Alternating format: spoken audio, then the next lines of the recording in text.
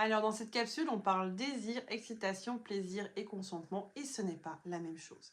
Je voudrais clarifier ces 4 mots parce qu'on les met énormément dans le même sac alors qu'ils parlent de réalités qui sont totalement différentes. Le désir, l'excitation, le plaisir et le consentement. Et je pense que rien que le fait de les distinguer peut changer énormément la manière dont on comprend sa sexualité.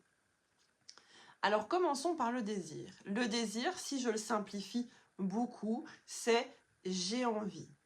Il y a un mouvement vers quelque chose. J'ai envie de t'embrasser. J'ai envie d'être touchée. J'ai envie de te toucher. J'ai envie de me rapprocher. J'ai envie de sexe. J'ai envie que ça continue. Le désir parle donc d'un élan. Ensuite, il y a l'excitation. Et ce n'est pas exactement la même chose. L'excitation, c'est une activation. Elle peut être mentale, elle peut être émotionnelle, elle peut être corporelle. Je sens quelque chose qui monte. Mon attention change, mon corps peut réagir. Et cette distinction, elle est extrêmement importante parce que le corps peut parfois produire une réponse physiologique à un stimulus sans que cela signifie « je veux ça ». Autrement dit, une réaction corporelle n'est pas automatiquement un désir et surtout elle n'est jamais un consentement. Un corps peut réagir. Ça ne dit pas à lui seul ce que la personne veut. Ensuite, il y a le plaisir. Le plaisir, c'est autre chose encore. Le plaisir, c'est agréable. Ça me fait du bien. J'aime cette sensation. Et là encore, le plaisir ne nous raconte pas automatiquement toute l'histoire. Je peux commencer quelque chose sans désir spontané, sans désir sexuel spontané très fort et découvrir que le contact m'est agréable. Et je peux éprouver du plaisir.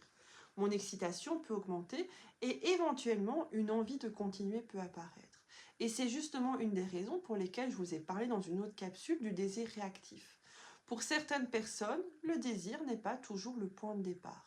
Parfois, le chemin, il ressemble davantage à « je suis disponible »,« je me sens en sécurité »,« je suis curieuse »,« un contact commence »,« il est agréable »,« mon corps s'active » et progressivement « ah tiens, j'ai envie que ça continue ». Et là, je veux immédiatement quand même vous rappeler quelque chose.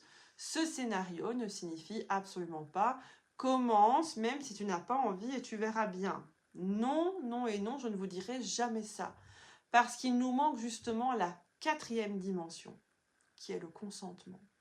Le consentement, c'est je choisis. Je choisis librement de participer à ce qui m'est proposé.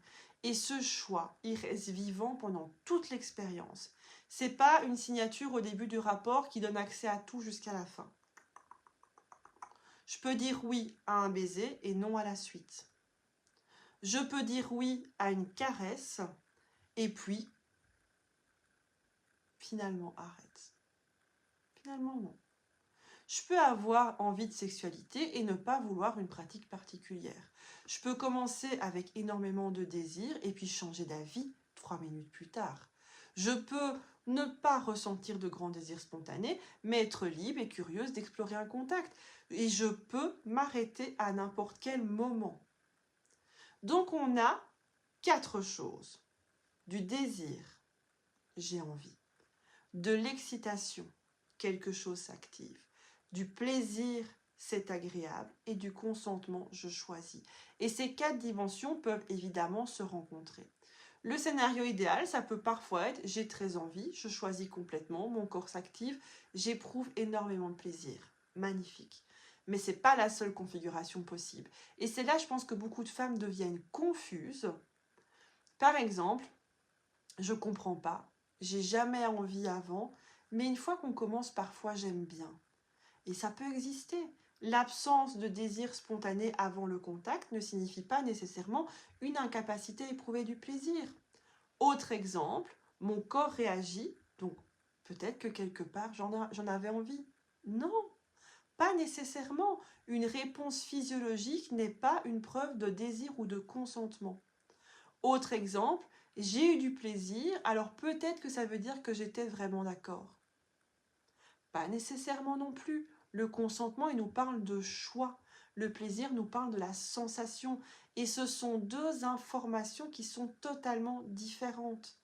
À l'inverse, j'avais énormément envie au début, donc je devais continuer. Non, non, non. Le désir n'est pas un contrat. Tu peux avoir envie et changer d'avis. Et puis, il y a encore quelque chose qui me semble mais extrêmement précieux, c'est qu'on peut aussi consentir à une intimité sans ressentir au départ un désir sexuel flamboyant.